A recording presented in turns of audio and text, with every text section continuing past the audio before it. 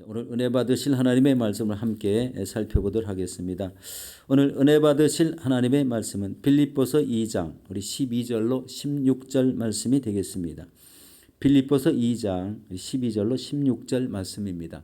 우리 성경을 보시고 또 스크린을 보시고 우리 같이 합독하도록 하겠습니다. 그러므로 나의 사랑하는 자들아, 너희가 나 있을 때뿐 아니라 더욱 지금 나 없을 때에도 항상 복종하여 두렵고 떨림으로 너희의 구원을 이루라. 너희 안에서 행하시는 이는 하나님이시니 자기의 기쁘신 뜻을 위하여 너희에게 소원을 두고 행하게 하시나니 모든 일을 원망과 시비가 없이 하라. 이는 너희가 흠이 없고 순전하여 어그러지고 거스리는 세대 가운데에서 하나님의 흠없는 자녀로 세상에서 그들 가운데 빛들로 나타내며 생명의 말씀을 밝혀 나의 다름질에 헛되지 아니하고 수고도 헛되지 아니하므로 그리스도의 날에 내가 자랑할 것이 있게 하려 함이라. 아멘. 오늘 저는 이 말씀에 의지해서 두렵고 떨림으로 구원을 이루라라는 제목으로 은혜를 나누도록 하겠습니다. 여러분, 오늘 본문의 말씀은 우리 빌립보 교인들에게 자신의 구원의 완성을 이루기 위해서 우리 신앙에 정진할 것을 권면하는 말씀입니다. 여러분, 빌립보에 우리 사도 바울이 계셨을 때에는 그 사도 바울의 그 말씀 선포로 인해서 우리 신앙이 불일듯 일어나게 됐었는데, 지금 이 편지를 쓰는 시점에서는 사도 바울이 지금 감옥에 있는 상태지 않습니까? 그래서 바로 이렇게 감옥에 있는 그런 상태이고 우리 빌립보에는 가 있지 않은 이런 상황이지만 두렵고 떨림으로 구원을 이루라 하는 그런 말씀으로 권면을 하고 있습니다. 우리도 지금 현재 상황을 보면 낙담으로 인해서 우리 성전문이 열리지 않았기 때문에 성전에 올 수 없는 이런 마음들이죠. 아마 사도 바울이 이 말씀하셨던 것 같이 이런 시기에 우리의 믿음이 나태하지 않고 더욱더 견고한 믿음으로 두렵고 떨리는 이런 마음으로 구원을 계속해서 큰 뜻으로 이루어 나가라는 이런 의미도 우리에게 지금 적용될 수 있다는 것입니다. 여러분, 이런 상황 가운데 우리의 신앙이 더욱더 견고해서 하나님 앞에 영광을 돌리는 이런 신앙이 되어야 되겠습니다. 우리 두렵고 떨림으로 구원을 이루라. 우리 12절 말씀 우리 보도록 하겠습니다. 그러므로 나의 사랑하는 자들아, 너희가 나 있을 때뿐 아니라 더욱 지금 나 없을 때에도 항상 복종하여 두렵고 떨림으로 너의 구원을 이루라. 여기서 지금 나 없을 때에도 항상 복종하라라는 말씀이 우리 마음에 좀 이렇게 닿죠.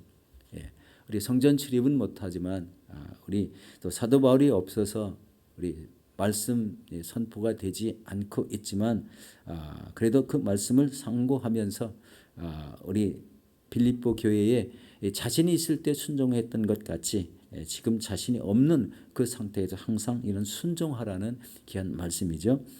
여러분, 믿음의 성숙은요, 어느 단계가 지나면 이제 자신 스스로 자신의 신앙 성숙을 위한 계획이 있어야 됩니다. 여러분, 신앙생활을 하면서 자신이 하는 일이 더 중요하다고 생각이 되면은 그렇게 신앙의 계획을 잡아가지고 사는 안에서 자기의 일이 더 중요하다고 생각할 때에는 그 신앙생활은 멀어지게 될 겁니다. 왜냐하면 우리 초점이 일을 중요하게 생각하기 때문에 그렇죠. 그렇지만 내 인생 가운데 내 하나님을 믿는 신앙이 가장 중요하다고 생각하면 그때부터 이 두렵고 떨림으로 인한 이런 구원이 이루어진다는 것을 우리 생각할 수가 있습니다. 이 말씀은 여러분, 우리 구원은 행위로 받는다는 말씀이 절대 아닙니다. 이 말씀은 자신의 은혜로 받은 이 선물의 구원을 우리 신중하고 또 겸손함으로 더욱더 우리 뚜렷한 믿음으로 보존하라는 그런 의미의 말씀입니다. 그리고 이미 받은 이 구원에 만족하여 아무것도 하지 않는 이런 나태한 신앙이 아니라 하나님의 뜻을 이루기 위한 이런 성결한 이런 삶, 깨끗한 삶을 살라고 하는 이런 권면의 말씀이죠. 바로 이 시대 속에 아주 우리도 이 필요한 말씀이죠. 낙담으로 인해서 우리의 신앙이 자칫 잘못하면은 우리 나태할 수 있는 이런 신앙 가운데 있습니다. 그렇지만 이 사도 바울의 권면의 말씀과 같이 우리 두렵고 떨림으로 구원을 이루어 나가는 귀한 신앙이 되시기를 바라겠습니다. 우리 두 번째 생각해 볼 것은 우리 하나님은 기쁘신 뜻을 위해서 우리에게 소원을 두고 행하신다는 말씀입니다. 우리 13절 말씀이죠. 너희 안에서 행하시는 이는 하나님이시니 자신의 기쁘신 뜻을 위하여 너희에게 소원을 두고 행하게 하신다는 말씀입니다. 여러분, 이 말씀은 우리의 구원을 이루어가는 데 있어서 우리 하나님의 전적인 주도성을 강조하는 말씀입니다. 여기서 행하시는 이란 뜻은 우리 헬라어로 에네누곤이라는 이런 말임인데요. 역동적으로 일하다, 강력하게 효과적으로 일하다라는 그런 의미가 있습니다. 이렇게 성도 안에서 강력하게 효과적으로 일하시는 분은 우리 성령 하나님이십니다. 우리 하나님은 성도들에게 구원의 능력을 강력하게 효과적으로 제공하시며 우리 갈망하는 그런 마음을 주셔서 하나님의 일을 추진하게 하신다는 겁니다. 우리 정우성 목사님, 우리 선대 목사님이 이루신 그 신앙의 자취를 이렇게 바라보면은요, 얼마나 역동적이고 열정적이셨습니까? 우리 오세아니아의 모든 큰 대도시마다 우리 교회를 세워 나가셨죠. 그리고 저 오세아니아 우리 크고 작은 섬나라에 복음을 증거하시려고 애를 쓰셨고, 중국에도 또 인도네시아도 뭐 이런 데 여러 이 세계적으로 다니시면서 그 복음 전파에 애쓰시는 이런 모습. 그런 가운데 우리 오세아니아에 27개 현재 우리 지교회가 세워졌지만 당시에는 우리 32개 이상의 우리 교회가 세워졌었습니다. 중국에도 4개 이상의 교회가 세워졌고, 그리고 인도네시아에도 그렇고, 그 여러 가지 이런 역동적인 하나님의 일을 하게 하시는 것은 우리 마음의 소원을 불러일으키셔서 그렇게 할 수 있게 하도록 하나님이 인도하셨기 때문입니다. 이 기쁘신 뜻이 하나님께서 우리 성도를 위해 이루고자 하시는 뜻이라는 그런 말씀이죠.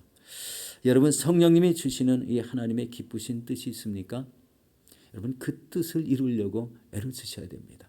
각자가 여러분 안에 가진 은사대로 하나님이 주시는 이런 하나님께서 이루고자 우리 하시는 기쁘신 뜻을 우리 안에 품고 있어야 됩니다.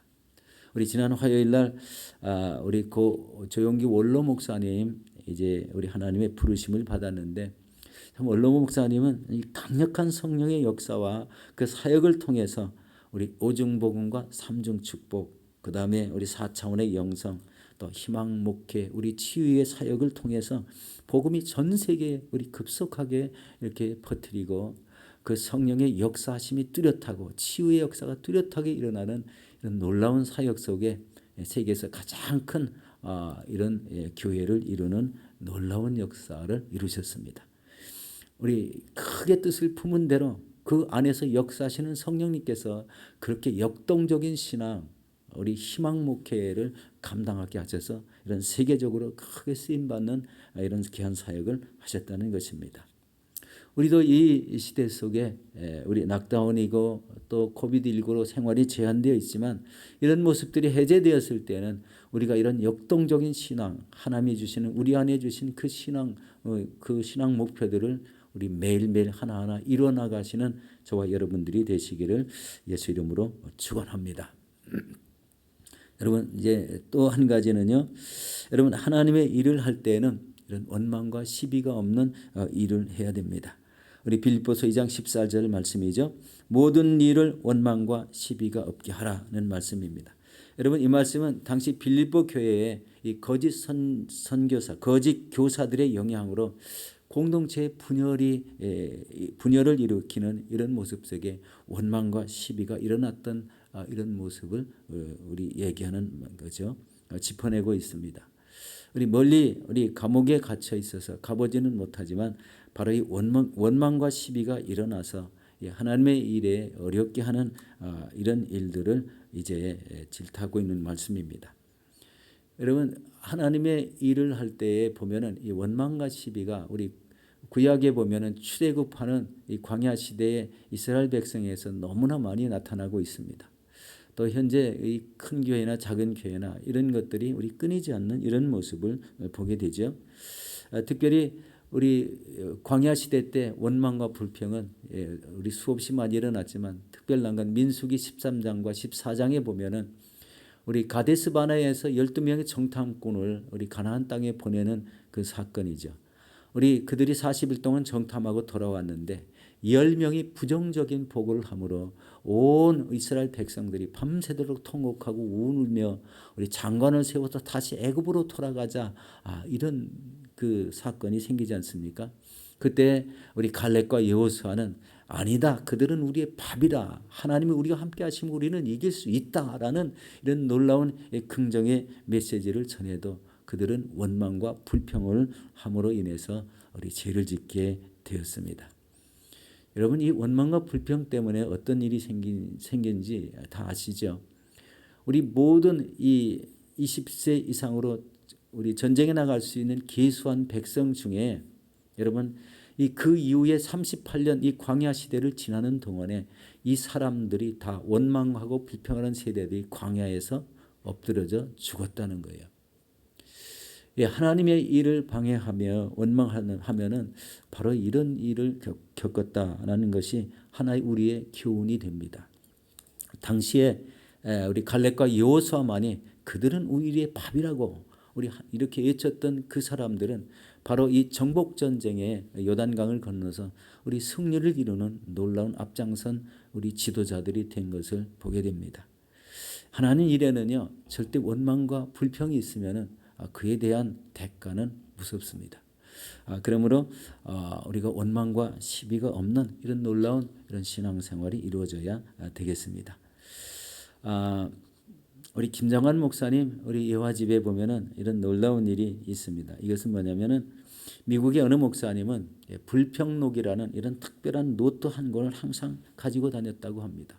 왜 그러냐면요, 교인들이 다른 교인을 비방하거나 또 교회에 대해서 무슨 불평을 하려고 이렇게 하면은 목사님에게 여러 사람들이 찾아와서 이 불평의 얘기를 했을 때는 목사님은 이 불평록이라는 이 노트를 펼치고 여러분들이 하는 말은 여기다가 다 기록을 하겠습니다. 앞으로 여기에 적힌 모든 것들이 시정되도록 관계자들에게 조치를 취하겠습니다 라고 이렇게 말했다는 겁니다. 그러면 불평하려고 찾아왔던 사람들이 아무 말을 하지 않고 우리 당황한 채 돌아갔다고 합니다.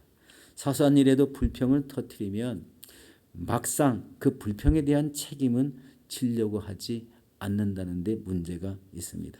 그런데 그 목사님은 40년이 넘도록 이 불평록을 가지고 있지만 사실은 단 한 줄도 불평을 기록하지 않았다는 것입니다. 그러니까 교회를 운영하기 위한 놀라운 지혜를 보게 하시는 말씀입니다. 여러분, 우리가 생각할 때에 우리 신앙생활에서는요, 이 원망과 시비, 이 불평의 삶은요 아주 적입니다. 신앙을 후퇴하게 하고 자신을 멸망으로 이끌어내는 그런 일들이 바로 원망과 시비입니다. 이런 일은 우리 신앙생활에서 우리 절대 일어나면은 안 되겠습니다. 이제 마지막으로 살펴볼 것은요, 우리 성도들의 흠없고 순전한 생활이 이 세상에 빛이 되어야 한다는 말씀입니다. 우리 15절과 16절 말씀입니다. 이는 너희가 흠이 없고 순전하여 어그러지고 거스리는 세대 가운데서 하나님의 흠없는 자녀로 세상에서 그들 가운데 빛들로 나타내며 생명의 말씀을 밝혀 나의 다름질이 헛되지 아니하고 수고도 헛되지 아니하므로 그리스도의 날에 내가 자랑할 것이 있게 하려 함이라. 여러분, 우리가 믿음 생활 속에 흠없고 순전한 자로 다듬어져야 된다는 겁니다. 우리 인간과 인간끼리 볼 때는 흠없고 흠이 있고 흠이 많은 것처럼 보이지만 하나님이 보시기에는 흠이 있고 없고는 하나님이 결정을 하시죠. 우리 보시면은 다 압니다. 우리 삶 속에 흠이 있는 것 같아도 우리 충분한 이런 온전한 회개를 통해서 흠들이 다 사라지게 되죠. 여러분, 흠없고 순전하게 산다는 것은 참 쉽지 않은 이런 신앙생활입니다. 그런데도 반드시 그렇게 되어야 됩니다. 그래야 하나님 나라에 이를 수 있기 때문에 그렇죠. 여러분, 흠이 없다는 말은 나무랄 데가 없다. 여러분, 이 세상에 나무랄 데가 없는 사람이 어디 있습니까? 그런데 하나님 보시기에는 그렇게 나무랄 데가 없는 흠이 없는 사람이 되어야 된다는 것입니다. 그리고 순전하다는 것은 어떤 세상적인 혼합물이 없다라는 뜻입니다. 우리 순금이 되는데 100% 순금이 되려면 이런 부정적인 혼합물이 섞으면 그것이 순금이라고 할 수는 없죠. 바로 이런 순전한 이런 세상적인 혼합물이 없는 이런 삶을 순전한 삶이라. 우리 욥이 순전하다는 이런 우리 사람으로 판명이 됐었죠. 이것이 바로 합하여서 우리 어그러지고 거스리는 세대 가운데 빛들로 나타내야 된다라는 말씀입니다. 우리 에베소서 5장 9절에 보면은요, 빛의 열매는 모든 착함과 의로움과 진실함에 있다고 말씀하고 있습니다. 이 착함과 의로움과 진실함의 열매가 나타나야 된다는 말씀입니다. 그리고 이제 생명의 말씀을 밝히는 삶을 살라고 합니다. 여기서 생명의 말씀은 바로 복음의 말씀을 의미하죠. 우리 요한일서 1장 1절에 보면은요, 태초로부터 있는 생명의 말씀에 관하여는 우리가 들은 바요, 눈으로 본 바요, 자세히 보고 우리 손으로 만진 바라라고 이렇게 말씀하고 있습니다. 여러분, 이 말씀도 요즘같이 이 어그러지고 거스려지는 이런 세대 속에 그리스도의 복음을 증거하는 이런 삶을 살라는 것입니다. 현재는 참 이 락다운으로 인해서 아무것도 할 수 없고 또 비행기 왕래가 안 돼서 외국에 나갈 수도 없는 이런 상황이지만 이런 기회가 우리에게 주어질 때는 우리가 준비를 하고 있다가 이런 복음 증거와 또 우리 오세아니아 전역의 크고 작은 섬 나라에 다니면서 이런 복음을 증거하는 이런 삶을 통해서 우리 하나님 앞에 우리 자랑할 것이 있게 하라. 놀라운 이런 말씀이죠. 우리 끝 말씀이 굉장히 중요한데요. 그리스도의 날에 내가 자랑할 것이 있게 하려 함이라. 그리스도의 날, 예수 그리스도가 다시 오시는 그 날에 우리 하나님 앞에 자랑할 것이 있게 하라는 이런 말씀입니다. 우리 사랑하는 성도 여러분, 우리는 두렵고 떨림으로 이렇게 구원을 이루어 나가야 됩니다. 우리 기간이 힘들고 어렵지만 그래도 이런 가운데도 두렵고 떨림으로 인한 이런 구원은 계속해서 이루어져 나가야 된다는 것입니다. 그리고 이 어그러지고 거스리는 세대 속에 하나님의 흠없는 자녀로서 장성하셔서 이 시대에 흠없고 순전하여 하나님의 복음을 끊임없이 전하고 그리고 영원 구원을 해서 하나님 앞에 올려드리는 저와 여러분들이 되시기를 예수 이름으로 축원합니다.